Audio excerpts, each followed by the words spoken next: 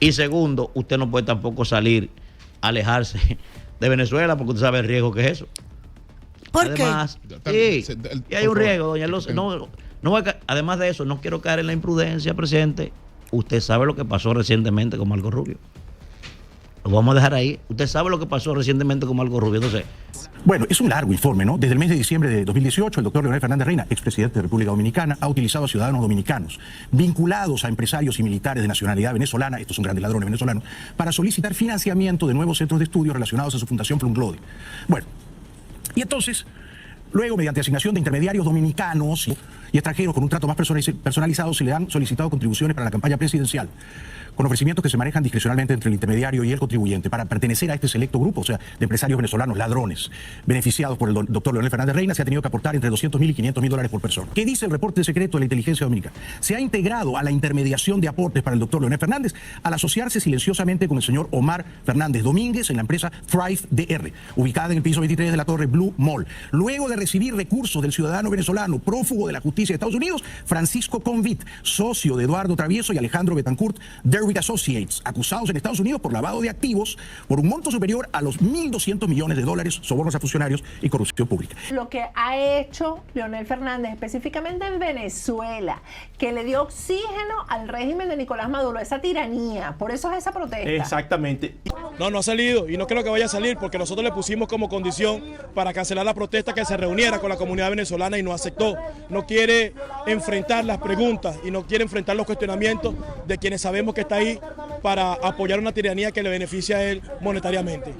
En el año 2015 se celebraron elecciones en Venezuela y el presidente Leonel Fernández fue elegido por UNASUR, un grupo de países que se habían constituido en algún organismo que pretendía supuestamente colaboración económica y política, específicamente de los países del sur, y en especial el Venezuela, esa Venezuela de Chávez y luego post-Chávez, porque ya tenía 2 años de fenecido. Esta institución, de forma unánime, seleccionó al presidente Leonel Fernández como el presidente o como el director de la parte electoral para hacer la veeduría del proceso electivo.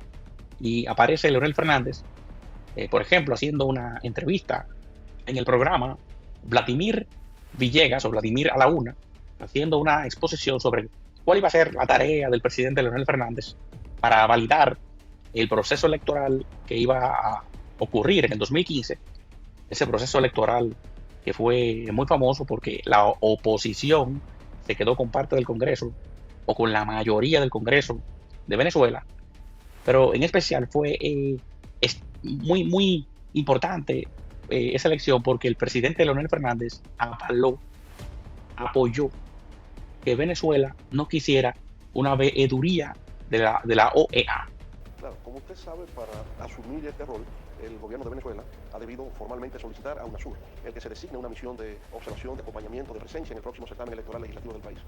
Ya luego, como resultado de esa solicitud formal del Estado venezolano, entonces UNASUR, con el respaldo a unanimidad de todos sus integrantes, decide el envío de esta misión.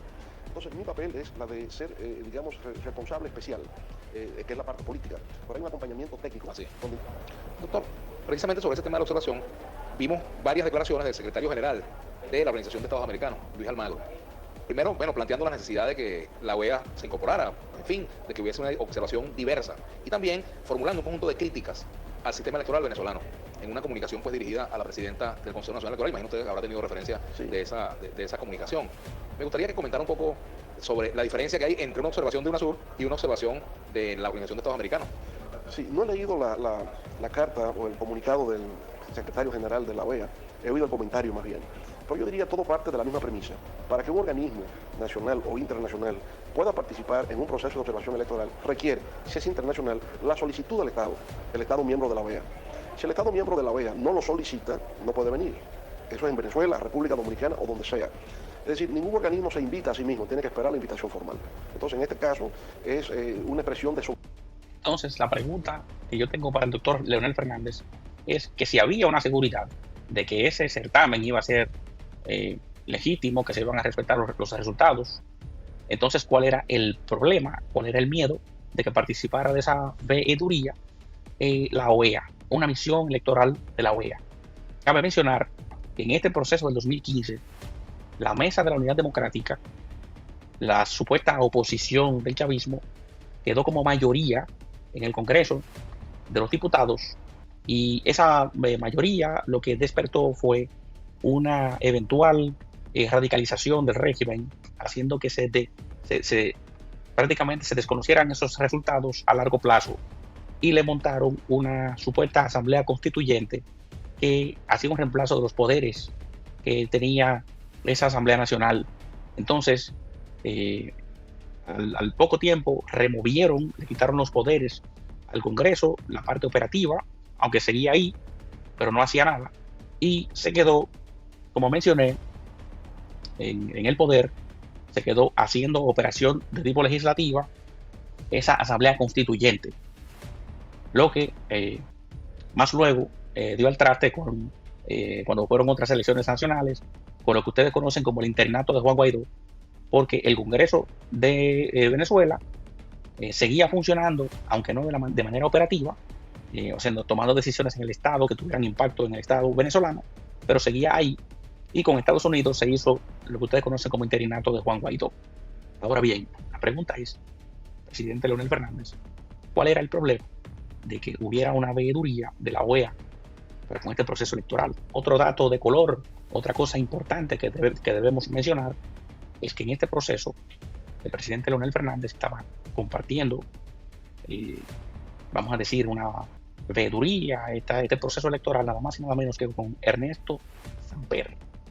Y Ernesto Samper, como ustedes saben, estaba corriendo un proceso, o por lo menos una acusación en Estados Unidos, sobre un lavado, un recibimiento de dinero proveniente de negocios ilícitos de grupos relacionados a la venta de narcóticos.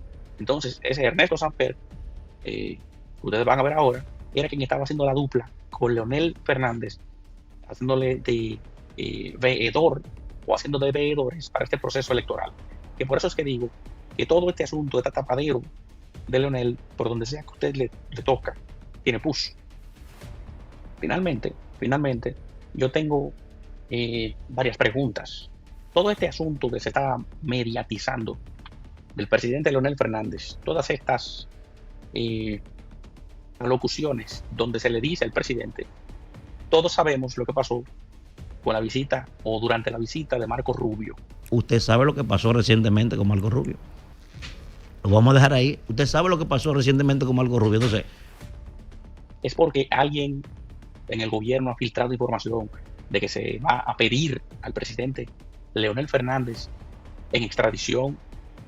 Y lo que digo de extradición es porque, en teoría, el presidente Leonel Fernández no es ciudadano americano, cosa que todavía yo tengo mis dudas, porque si él fuera ciudadano americano, simplemente los Estados Unidos requirieran por la vía legal al ciudadano Leonel Fernández para que tuviera una comparecencia en territorio norteamericano, o si no, procedieran con el proceso, valga la redundancia, de extradición, si fuera nacional de otra tierra, en este caso República Dominicana. Y menciono, si este es el caso, porque resulta que el señor Rodríguez Zapatero, hoy, o vamos a decir, recientemente, se ha dado a conocer en España que está siendo investigado por las vinculaciones de financiamiento del régimen narcoterrorista de Venezuela, para que él obviamente le dé oxigenación de tipo política internacional. Hay rumores de que Zapatero tiene una mina de oro hace un tiempo en España, Venezuela, que está siendo explotada por los chinos, y de ahí es que él recibe supuestamente su ganancia. Según informaciones que hemos obtenido, la riqueza de Rodríguez Zapatero, cuando él dejó el gobierno de España, ascendía solamente 200.000 euros, y ha multiplicado esa cantidad 90 veces. ¿Sabrá Dios haciendo qué? Entonces, la pregunta es, ¿será que ahora Marco Rubio, Donald Trump, en esta nueva doctrina Monroe, la doctrina Monroe, está procurando sacar toda esa maleza del socialismo del siglo XXI con fuertes conexiones con China, con remanentes ideológicos con Rusia y el marxismo, el leninismo, para así quedarse totalmente con América y de paso salir de aquellos presidentes que se pongan un poco rebeldes. ¿Será este el caso del presidente Leonel Fernández? ¿Y será esta la razón por la cual la locución que hizo sobre Venezuela fue tan tibia, tan ambigua, tan poco definida de cara a lo que él hizo, de cara a sus roles que eran públicos, que eran darle oxígeno a la narcodictadura, darle un aventón y darle soporte financiero que él mismo, o por lo menos logístico, que él mismo lo confesó? Las cosas se están poniendo bastante complicadas para el doctor Leonel Fernández. Y puede ser que mis predicciones terminen más o menos completándose. Y digamos que en el caso de que el doctor no pueda correr, pues está preparando de manera estratégica hace un tiempo a su hijo Omar Fernández, lo que no creo que sea candidato para poder contender a David Collado o a otros que tienen más tiempo en el ruedo político. Vamos a ver.